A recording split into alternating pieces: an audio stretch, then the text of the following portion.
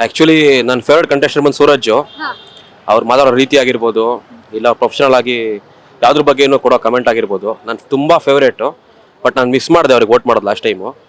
ಅಂದರೆ ಒಬ್ಬ ವ್ಯಕ್ತಿ ಡಿಪ್ಲೊಮ್ಯಾಟಿಕಲಿ ಹೆಂಗೆ ಮಾತಾಡಬೇಕು ಅನ್ನೋದನ್ನ ಕರೆಕ್ಟಾಗಿ ಮಾತಾಡೋರು. One of my favourite. ಯಾವ್ರಿಗೂ ಟಾಂಟ್ ಮಾಡೋದಾಗಿರ್ಬೋದು, ಇಲ್ಲ ಸುಮ್ಮನೆ ಒಬ್ಬರನ್ನ ವ್ಯಕ್ತಿತ್ವ ಬಗ್ಗೆ ಮಾತಾಡೋದು, ಆ ಥರ ಏನೂ ಮಾಡ್ತಿರಲಿಲ್ಲ. ಟು ದಿ ಪಾಯಿಂಟ್ ಸೂರಜ್ ಮಾತಾಡೋರು. ಬಂದಿರೋದು ಒಂದು ಆರ್ಡಿನರಿ ಫ್ಯಾಮಿಲಿಯಿಂದ, ವಿತೌಟ್ ಎನಿ ಬ್ಯಾಕ್ಗ್ರೌಂಡ್. ನಾವು ಅನ್ಕೊತಾ ಇದ್ವಿ ಆ ವ್ಯಕ್ತಿ ಬಂದು ತುಂಬ ಅಫಿಷಿಯಲ್ ಇರಬೇಕು, ತುಂಬ ರಿಚ್ ಇರಬೇಕು ಅಂದ್ಕೊಂಡು. ಬಟ್ ಅವ್ರದ್ದು ಫ್ಯಾಮಿಲಿ ಬಂದಾಗ ಇದಿದ್ದು ಇದೆಯಲ್ಲ, ಅಲ್ಲಿ ಗೊತ್ತಾಯ್ತು ನಮಗೆ ಅವ್ರ ತಂಗಿ ಆಗಿರ್ಬೋದು, ಅಮ್ಮ ಆಗಿರ್ಬೋದು, ಎಷ್ಟು ಕಷ್ಟಪಟ್ಟಿದ್ದಾರೆ ಸೂರಜ್ ಅವ್ರನ್ನ ಆ ಲೆವೆಲ್ ತೊಗೊಂಬರೋದಕ್ಕೆ ಅಂತ ಅಂದ್ಬಿಟ್ಟು. Very sorted. And Bigg Boss ಅಂದರೆ ಬರೀ ಫೇಮಸ್ ಆಗಿರೋ ಕರ್ಕೊಂಬಂದ್ಬಿಟ್ಟು ಆಟ ಆಡಿಸಿ ಅವ್ರಿಗೆ ಅಮೌಂಟ್ ಕೊಟ್ಟು ಕೊಡ್ಸೋದಲ್ಲ. ಬಟ್ ಒಂದು ಕಾಮನ್ ಮ್ಯಾನ್ನ ಪಿಕ್ ಮಾಡಿ ಅವ್ರನ್ನ ಫೇಮಸ್ ಮಾಡಿ ಯಾರಿಗೊಬ್ರು ಕೆರೆ ಕೊಡೋದು ತುಂಬಾ ಇಂಪಾರ್ಟೆಂಟ್ ಆಗುತ್ತೆ. ಅದು ತುಂಬ ಇಷ್ಟ ಇದೆ. ಇವಾಗ ಈ ಕರೆಂಟ್ಲಿ ನೋಡಿದಾಗ ರಘು ಅವರು, ಮ್ಯೂಟೆಂಟ್ ರಘು ಇರೋದ್ರಲ್ಲಿ ತುಂಬ ಸಾಲಿಡ್ ಆಗಿದ್ದಾರೆ. ಸೊ ನನ್ನ ಫೇವ್ರೇಟ್ ಕಂಟೆಸ್ಟೆಂಟ್ ಬಂದ್ಬಿಟ್ಟು ಆಸ್ ಆಫ್ ನೌ ರಘು. ಗೆಲ್ಲಬೇಕು ಅಂದರೆ ನನ್ನ ಪ್ರಕಾರ Raghu is the most deserving thing ಇರೋದ್ರಲ್ಲಿ, ಹೇಳ್ತಾರೆ ಅದು. ಮೇಡಮ್ ಸಾರಿ, ಅವತ್ತೇನಾಯ್ತು, ನಾವು ತುಂಬ ಬಿಸಿ ಇದ್ವಿ. ಸೊ ಸೂರಜಿಗೆ ವೋಟ್ ಮಾಡಬೇಕಾಗಿತ್ತು. ನಾನು ಪ್ರತಿ ಸರಿ ಸೂರಜ್ ವೋಟ್ ಮಾಡ್ತಾ ಇದ್ದೆ. ಅವ್ರು ಉಳ್ಕೊತಾ ಇದ್ರು. ಅದು ಬೇರೆ ಮಿಡ್ ವೀಕ್ ಎಲಿಮಿನೇಷನ್ ಮಾಡಿ ಕಳಿಸ್ಬಿಟ್ಟು ಸೂರಜ್ನ. ನಾನು ಮಮ್ಮಿ ಕೇಳಿದೆ ಏನಾಯ್ತು ಅಂದರೆ ಸೂರಜ್ ಹೋಗ್ಬಿಟ್ಟು ಹಾಕೋಣ ಅಂದ್ಬಿಟ್ಟು. ನಾನು ಟ್ರಾವೆಲಿಂಗಲ್ಲಿದ್ದೆ, ತುಂಬ ಶಾಕ್ ಆಯಿತು. ಬಟ್ ಅವ್ರು ಮೈಸೂರಿಗೆ ಬಂದರು ಗೊತ್ತಾ, ಚಾಮುಂಡಿ ಬೆಟ್ಟಕ್ಕೆ. ಆ ಅರ್ನ್ ಮಾಡೋ ಪ್ರೀತಿ ಇದೆಯಲ್ಲ ಮೇಡಮ್. ಈಗ ಫಾರ್ ಎಕ್ಸಾಂಪಲ್ ಬಿಗ್ ಬಾಸ್ ಅಲ್ಲಿ ಯಾರು ಗೆದ್ರು ಅನ್ನೋದಕ್ಕಿಂತ ಎಷ್ಟು ಜನ ಪ್ರೀತಿನ ಸಂಪಾದನೆ ಮಾಡೋದು ತುಂಬಾ ಇಂಪಾರ್ಟೆಂಟ್ ಆಗುತ್ತೆ. ಸೊ ಆ ವಿಷಯದಲ್ಲಿ ಬಂದು ಲಾಸ್ಟ್ ಟೈಮು ಅಕುಲ್ ಬಾಲಾಜಿ ಮತ್ತೆ ಇವ್ರು ಇದ್ದಾಗ, ಸುಜನ್ ಇದ್ದಾಗ ಗೆದ್ದು ಸೂರಜ್ ಅಕುಲ್ ಬಾಲಾಜಿನೇ. ಬಟ್ ಜಾಸ್ತಿ ಫೇಮ್ ಇರೋದು ಬಂದು ಸುಜನ್ ಲೋಕೇಶ್, ಟಾಕಿಂಗ್ ಸ್ಟಾರ್ ಅಂತ. He got that one more ವೃತ್ತಿ. ಅವ್ರದೊಂದು ಚಾನಲ್ ಸ್ಟಾರ್ಟ್ ಮಾಡ್ಕೊಂಡ್ರು, ಒಂದು ಪ್ರೋಗ್ರಾಮ್ ಕ್ರಿಯೇಟ್ ಮಾಡ್ಕೊಂಡ್ರು. ಸ್ಟಿಲ್ ನೌ ಫ್ಯಾನ್ ಫಾಲೋವಿಂಗ್ ಇದೆ ಅಕುಲ್ ಬಾಲಾಜಿ, ಸೂರಜ್, ಸುಜನ್ ಲೋಕೇಶ್ ಅವ್ರಿಗೆ. ಸಿಮಿಲರ್ಲಿ ಇಲ್ಲಿ ಗೆಲ್ಲೋದು ವಿಚಾರ ಅಲ್ಲ, ಯಾರು ತುಂಬಾ ಜನ ಫೇಮಸ್ ಇದ್ದಾರೆ, ಸಪೋರ್ಟ್ ಮಾಡ್ತಾರೆ ಅನ್ನೋದು ಇಂಪಾರ್ಟೆಂಟ್ ಅಲ್ಲ, ಯಾರು ಕರೆಕ್ಟ್ ಆಗಿದ್ದಾರೆ ತುಂಬಾನೇ ಇಂಪಾರ್ಟೆಂಟ್. ಬಟ್ ಎಲ್ಲ ಕಮೆಂಟ್ಸ್ ಬಾಕ್ಸ್ ಎಲ್ಲಾ ಕಡೆ ನೋಡಿದ್ರು ಗಿಲ್ಲಿ ಗಿಲ್ಲಿ ಗಿಲ್ಲಿ ಗಿಲ್ಲಿ ಅಂತ ಬರ್ತಾ ಇದೆ. ಸರಿ, ಒಂದ್ ಹೇಳ್ತೀನಿ, ಅರ್ಥ ಮಾಡ್ಕೊಳ್ಳಿ. 10 ಜನ ಇದೀವಿ ಅನ್ಕೊಳ್ಳೋಣ, 10 ಜನ ಇದೀವಿ, 9 ಜನ ಫುಲ್ ಖುಷಿ ಆಗಿದ್ದಾರೆ ಅನ್ಕೊಳ್ಳೋಣ. ಒಬ್ರಿಗೆ ನೋವಾಗಿದೆ, ಒಬ್ರು ಪರ್ಸನಾಲಿಟಿ ಬಗ್ಗೆ ತುಂಬಾ ಕೇವಲ ಮಾತಾಡಿದ್ದಾರೆ. Is it okay? ಕಾಮಿಡಿ ಮಾಡಿ.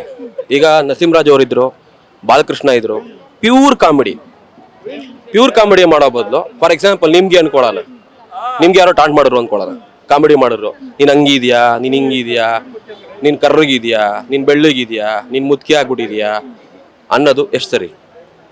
ಏಜ್ ಎಲ್ರಿಗೂ ಆಗುತ್ತೆ. ಸೇಮ್ ಗಿಲ್ಲಿ 26 ನಾವು, ಇಲ್ ಬಿಕಮ್ 36, ಇಲ್ ಬಿಕಮ್ 46.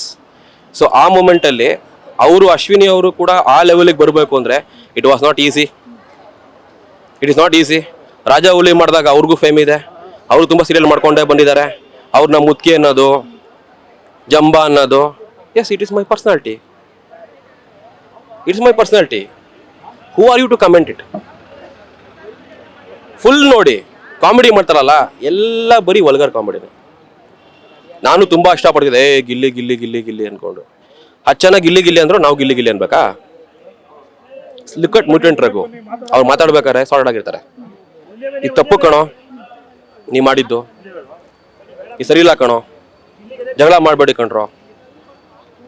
ಜಗಳ ಮಾಡೋದು, ಟಾಂಟ್ ಮಾಡೋದು, ಒಬ್ಬರನ್ನ ವ್ಯಕ್ತಿತ್ವನ ಕೀಳಾಗಿ ನೋಡೋದು ನಾಟ್ ಓಕೆ ಮೇಡಮ್. 100 ಜನ ಗಿಲ್ಲಿ ಗಿಲ್ಲಿ ಅನ್ಲಿ, ಒಬ್ಬಂಗೆ ನೋವಾಗಿದ್ಯಾ, ಅದು ನೋವೇ. ಈಗ ನೋಡಿದ್ರೆ ಇವಾಗ ಧ್ರುವಂತ್ ಮತ್ತೆ ಮೇಡಮ್ಗೆ ತುಂಬಾ ಟಾಂಟ್ ಮಾಡಿದ್ರು. ಈಗ ಯಾವುದೋ ಒಂದು ಗೇಮ್ ಆಯಿತು ಮೊನ್ನೆ, ಯಾರು ಗೆದ್ರು ಮೇಡಮ್? ಇದೇ ಲಾಸ್ಟ್ ನೋಡಿದಾಗ ಹನುಮಂತು ವಿನ್ ಆದ್ರು. ಹನುಮಂತು ಗೆದ್ದಿದ್ದು ಯಾರಿಗೂ ಬೇಜಾರಿಲ್ಲ. ಅವ್ರು ಮಾಡಿದ್ದೆಲ್ಲ ಪ್ಯೂರ್ ವ್ಯಕ್ತಿತ್ವ, ಅವ್ರದ್ದು ಪ್ಯೂರ್ ಪರ್ಸನಾಲಿಟಿ. ಊರಿಂದ ಬಂದು ಚೆನ್ನಾಗಿ ಆಟ ಆಡಿ ಹೋದ್ರು, ಕರೆಕ್ಟ್ ಅಲ್ವಾ? ಹನುಮಂತು ಕಂಪೇರ್ ಮಾಡಿಕೊಂಡ್ರೆ ನಾಟ್ ಇವನ್ 10%. ಈ ವಾರ ಯಾರು ಹೋಗ್ಬೇಕು ಸರ್? ಕಾವ್ಯ ಮೇಡಮ್. ಇಲ್ಲ ಒಂದ್ ಕಡೆ ಅವರಿಬ್ರು ಫ್ರೆಂಡ್ಶಿಪ್ ಬರೀ ಗೆಲ್ಲೋದಕ್ಕೆ ಮಾತ್ರ ಸೀಮಿತ ಆಗಿದೆ ಅಂತ ಅನ್ಸಿಲ್ವಾ? ಅವರಿಬ್ರು ಆಚೆಯಿಂದ ಬಂದವರು, ಝೀಯಿಂದ ಬಂದವರು.